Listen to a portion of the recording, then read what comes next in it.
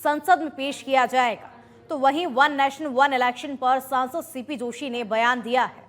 उन्होंने कहा कि देश में 1952, 1957, 1962 और 1967 के चुनाव वन नेशन वन इलेक्शन के आधार पर हुए थे और बाद में व्यवस्थाएं बदली हैं। इसके साथ ही कहा कि बार बार आचार संहिता लगने से विकास कार्यों में बाधा आती है, जिससे देश पर आर्थिक बोझ बढ़ता है और कई प्रकार की समस्याएं आती हैं। देश की जनता की मांग है कि जिस प्रकार से वन नेशन वन टैक्स हुआ, वन नेशन वन राशन हुआ, वैसे ही वन नेशन वन इलेक्शन होना चाहिए। देश में लंबे समय से आप देखें तो 1952, 1957, 1962 और 1967 ये चारों चुनाव वन नेशन वन इलेक्शन के आधार पर हुए। उसके बाद व्यवस्थाएं बदल गई। तो इस देश की जनता की मांग है कि इस देश में जिस प्रकार से वन नेशन वन टैक्स हुआ, वन नेशन वन राशन हुआ, वैसे ही वन नेशन वन इलेक्शन हो, ताकि इस देश पर जिस प्रकार का आर्थिक बोझ पड़ता है, कई प्रकार की दिक्कतें आती है, आचार संहिता लगने से कामों में, विकास कार्यों में बाधा उत्पन्न होती है, तो ऐसे में वन नेशन वन इलेक्शन इस देश की उन्नति और प्रगति में। थानागाजी के समीप में जोड़ गांव में रसूखदारों का बोलबाला नजर आ रहा है, जहां राजनीतिक रसूख के चलते गांव का रास्ता बंद करने का मामला सामने आया है, जिसके चलते लोगों को अपने अपने खेतों तक जाने के लिए परेशानी का सामना करना पड़ रहा है। तो वहीं तारबंदी को हटाने पर लोगों की ओर से मारपीट तक की जा रही है। तो वहीं मामले को लेकर पीड़ित कई बार शिकायत भी कर चुका है, लेकिन अभी तक कोई कार्यवाही नहीं हो रही है। रहने वाला हूँ, भाई बंधुओं ने मेरा रास्ता जाम कर दिया और जबरन करके राजनीतिक प्रभाव से उन्होंने जबरन मेरे खेत में कब्जा कर रखा और मेरे आना जाना रास्ता सब बंद कर दिया उन्होंने। कौन लोग हैं?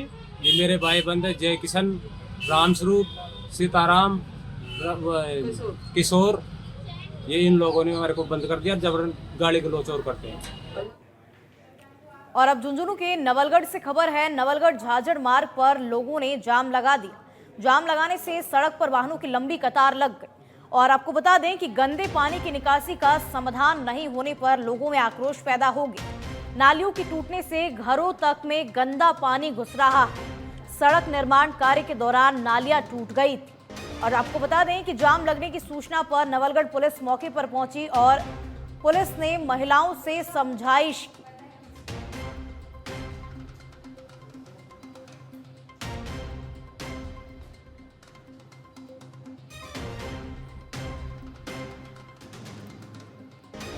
उस सड़क निर्माण कार्य के दौरान जो नालियां हैं वो टूट गई थी और नालियों की टूटने से जो गंदा पानी है वो लोगों के घरों तक पहुंच रहा है। और इसी को लेकर के जो ग्रामीण है वो परेशान है और परेशान होकर ग्रामीणों ने जाम लगा दी। पुलिस मौके पर पहुंची तो पुलिस ने महिलाओं से समझाइश की कोशिश की।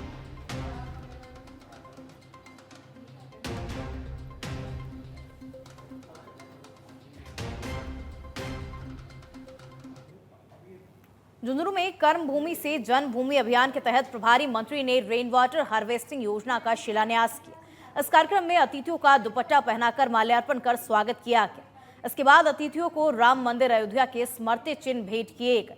कार्यक्रम में पधारे प्रभारी मंत्री ने कहा कि मुख्यमंत्री भजनलाल शर्मा की प्रेरणा से रेन वाटर हार्वेस्टिंग का शुभारंभ किया गया है। इसके तहत करीब 100 फीट से लेकर इससे अधिक का बोरिंग करवाया जाएगा। रेन वाटर हार्वेस्टिंग सिस्टम से जल भराव की समस्या से निजात मिलेगा, साथ ही संचित पानी से जल स्तर भी बढ़ेगा।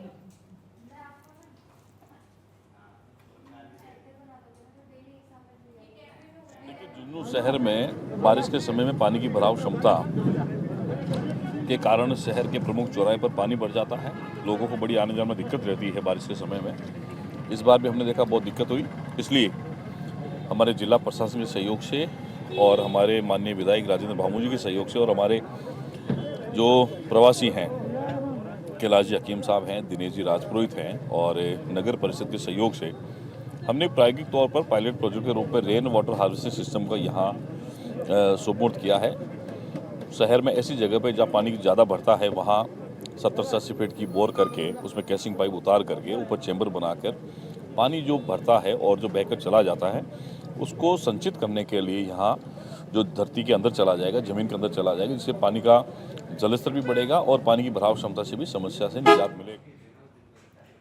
झुंझुनू से बड़ी खबर सामने आ रही है। सूख दौरों से परेशान युवक मोबाइल टावर पर चढ़ गया। पेट्रोल की बोतल को साथ में लेकर के जो युवक है मोबाइल टावर पर चढ़ गए और सूचना मिलने पर पुलिस मौके पर पहुंची और युवक को टावर से नीचे उतारने की कोशिश की। झुंझुनू के गोलाई मोड़ के पास की ये पूरी घटना है, जहां पेट्रोल की बोतल को हाथ में लेकर के युवक जो है वो मोबाइल के टावर पर चढ़ गए और सूदखोरों से जो युवक है वो परेशान बताया जा रहा है।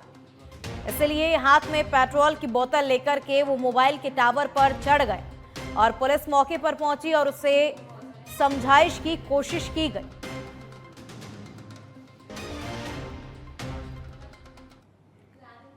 और अब धौलपुर के सैपो से खबर है। कंचनपुर थाना पुलिस को बड़ी कामयाबी हाथ लगी है। बदमाश देवेंद्र सिंह गुजर को गिरफ्तार कर लिया गया है। बदमाश के ऊपर 25,000 का इनाम घोषित। लूट के मामले में आरोपी फरार चल रहा था। मुंडन का पूरा गांव के पास संदिग्ध अवस्था में यह आरोपी घूम रहा था और पुलिस ने इसको वहां से दबोच लिया।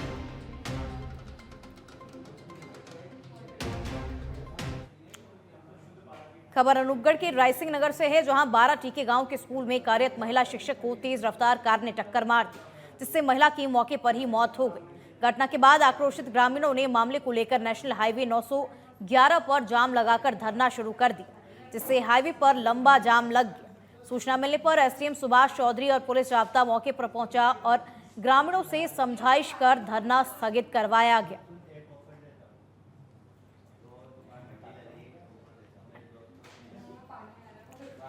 राजस्थान में बीजेपी सरकार का 1 साल का कार्यकाल पूरा हो चुका है और इसे 1 साल पूर्ण होने के साथ ही अब कांग्रेस भी सड़कों पर उतर चुकी है, जहां कांग्रेस ने जोधपुर के सोस्ती गेट स्थित राजीव गांधी प्रतिमा के नीचे धरना देकर सरकार के खिलाफ नारेबाजी करते हुए प्रदर्शन किया। कांग्रेस के नेताओं का आरोप है कि वर्तमान की भाजपा सरकार पूर्ववर्ती कांग्रेस सरकार के अधिकांश कामों को रोककर जनता के साथ छलावा कर रही है।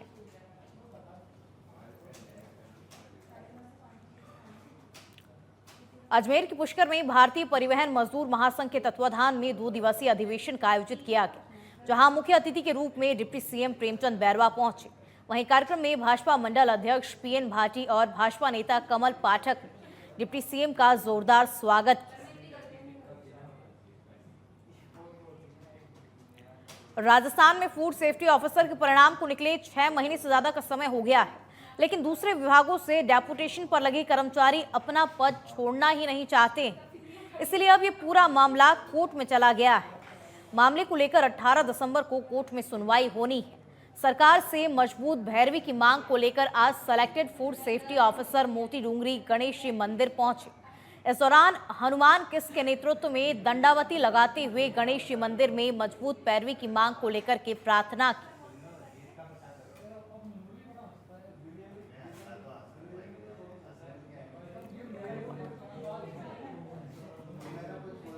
तो खाद्य सुरक्षा अधिकारियों की भर्ती में नियुक्ति से जुड़ा ये पूरा मामला है।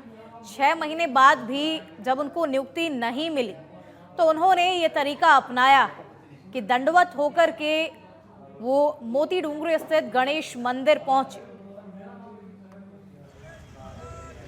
शिक्षा विभाग की एपीएसओ भर्ती है जो 2022 में इसका विज्ञापन निकला था और अभी इनका संपूर्ण कार्य पूरा हो चुका है। 6-7 महीने से नियुक्ति के लिए ददर की ठोकर खा रहे हैं। कुछ डेपुटेशन पे लगे कार्मिक है जो इस भर्ती को लेकर न्यायालय में गए हुए थे और वो इसके लेकर आ गए थे, जिसके लिए हम सरकार से मजबूत पैरवी की मांग करने के लिए आज गणेश जी महाराज के श्री चरणों में हमने मांग पत्र सौंपा है।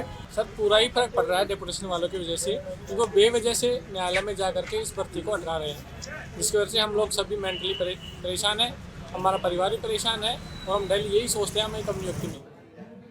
झुंझुनू में हरिपुरा कार सड़क मार्ग पर देर रात 2 बाइकों के आमने सामने भिड़ंत हो गई। हादसे में एक युवक की मौके पर ही दर्दनाक मौत हो गई, जबकि दूसरे युवक की इलाज के दौरान अस्पताल में मौत हो गई है। तो वहीं अन्य 2 घायल युवकों का इलाज फिलहाल जारी है। फिलहाल पुलिस इस पूरे मामले की जांच में जुटी हुई है।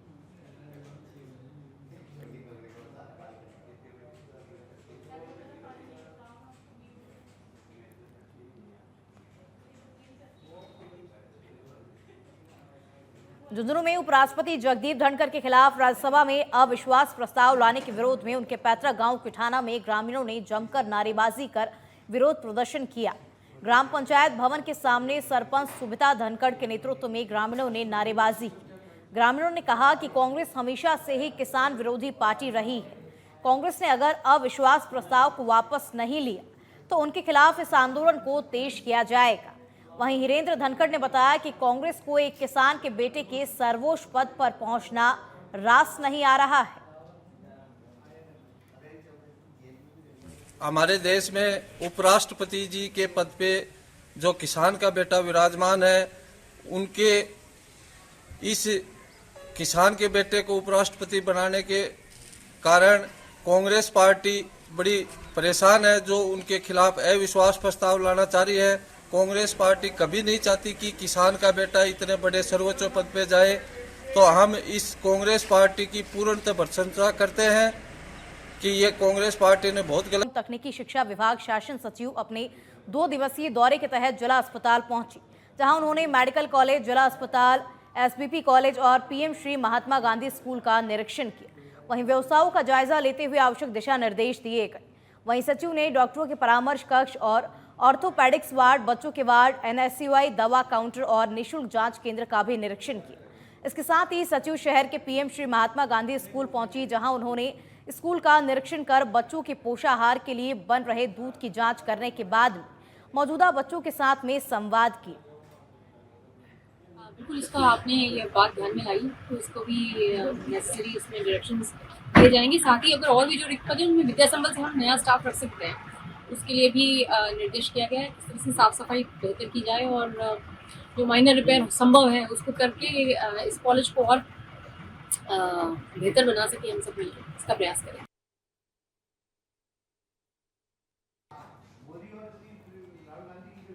बिन मुंडेर के कुएं व बोरवेल में नन्हे मासूमों के गिरकर जान गंवाने के कई मामले सामने आ चुके हैं। इसके बाद भी जिम्मेदार हादसों को लेकर के गंभीर नहीं है, जिसके चलते क्षेत्र में नकारा खुले मुंह के बोरवेल जानलेवा साबित हो रहे हैं।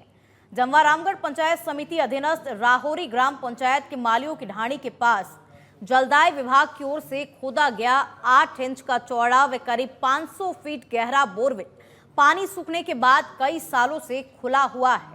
लोगों ने बताया कि बोरवेल के पास आबादी बसी है। छोटे छोटे बच्चे इसके इर्द गिर्द घूमते एवं खेलते हुए नजर आते हैं। बोरिंग का पानी सूखने पर मोटर पाइप निकालने के बाद मुंह को ढका नहीं है, जिससे कभी भी हादसा हो सकता है। इसी तरह ग्राम पंचायत के भट्टा स्टैंड के पास स्थित राजकीय प्राथमिक विद्यालय भट्टा बालाजी स्कूल के गेट के पास कई सालों से सिंगल फेज का सरकारी बोरवेल खुदा हुआ है। स्कूल के सामने खुला मुंह का बोरवेल कभी भी हादसों का कारण बन सकता है। पाली जिले के घाणेराव ग्राम पंचायत में भामाशाहों के सहयोग से करोड़ों की लागत से ग्राम पंचायत में अनेक विकास कार्यों का लोकार्पण किया गया। कार्यक्रम में पहुंचे राज्यसभा सांसद नीरज रांगी व पूर्व सांसद बद्रीराम जाखड़, पाली विधायक भीमराज भाटी, कांग्रेस नेता अभिमन्यु सिंह व भामाशाह परिवार के साथ कई गणमान्य लोग, साधु संत इस दौरान मौजूद रहे। आपको बता दें, इस दौरान राज्यसभा सांसद नीरज रांगी ने मीडिया से रूबरू होते हुए बताया कि पिछले दिनों देसुरी नाल घाट सेक्शन में हुए हादसों को लेकर जल्द देसुरी नाल में एलिवेटेड पुल बनाने की मांग रखी गई है। राज्यसभा सांसद डांगी ने पूर्व में भी राज्यसभा में इस मांग को रखा था।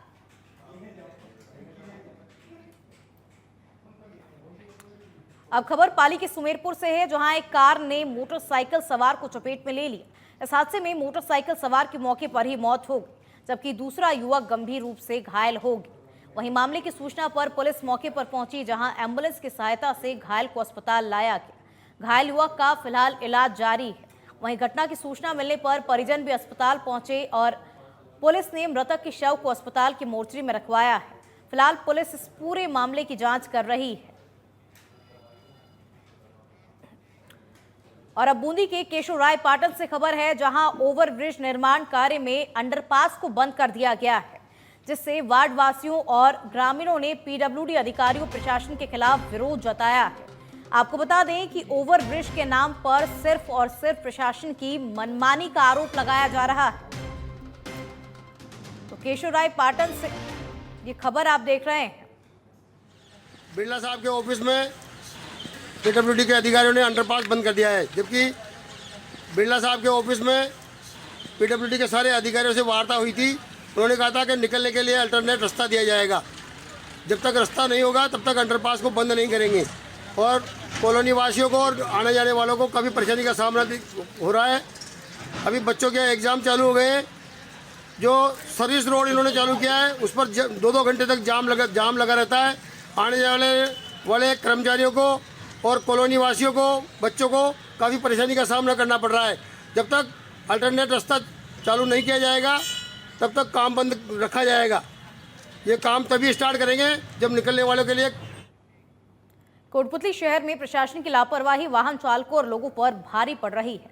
यहाँ सड़क पर बने गड्ढे में आए दिन वाहन फंस रहे हैं।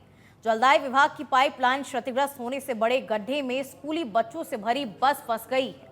गनीमत रही कि हादसे में किसी को चोट नहीं आई। इस दौरान बस में सवार बच्चों में चीख पुकार मच गई। जानकारी के मुताबिक वार्ड 38 में पिछले 3 दिन से जलदाय विभाग की पाइपलाइन क्षतिग्रस्त अवस्था में है, जिससे सड़कों पर पानी एकत्रित हो रहा है और सड़कों पर गड्ढे बन गए हैं, जिससे स्थानीय लोगों में रोष व्याप्त है। वहीं लगातार हो रहे हादसों के बाद भी प्रशासन इसकी कोई सुध नहीं ले रहा है।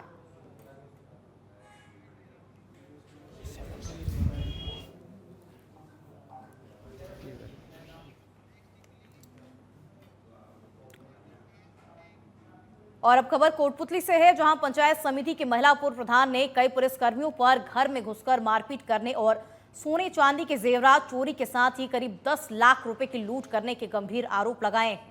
वहीं मामले में पूर्व प्रधान ने तहसीलदार को राज्यपाल, गृह मंत्री और मुख्यमंत्री के नाम ज्ञापन सौंपा, जिसमें महिला पूर्व सरपंच ने दोषी पुलिसकर्मियों के खिलाफ कड़ी से कड़ी कार्रवाई की मांग की है।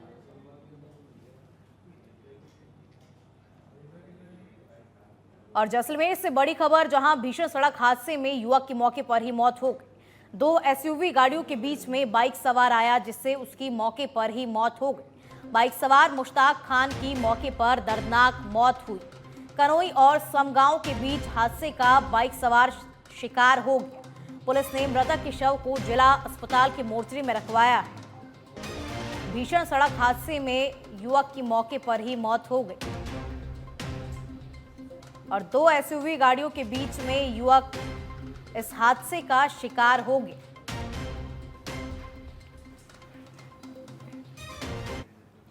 और अब जैसलमेर से खबर, जहां ऑपरेशन वेलकम की धज्जियां उड़ाई जा रही है। सैम सैंड ड्यून्स में पर्यटक की कार चोरी हो गई है। सफारी कैंप की पार्किंग से गाड़ी को जो चोर हैं वो लेकर के रफू चक्कर हो गए। गाड़ी मालिक राजवर्धन सिंह पवार मध्य प्रदेश इंदौर का निवासी है।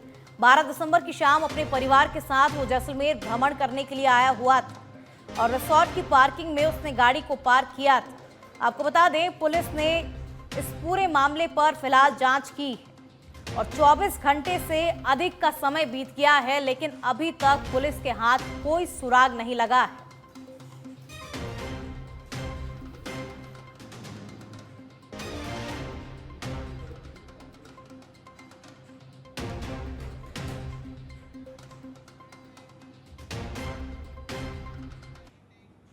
और फिलहाल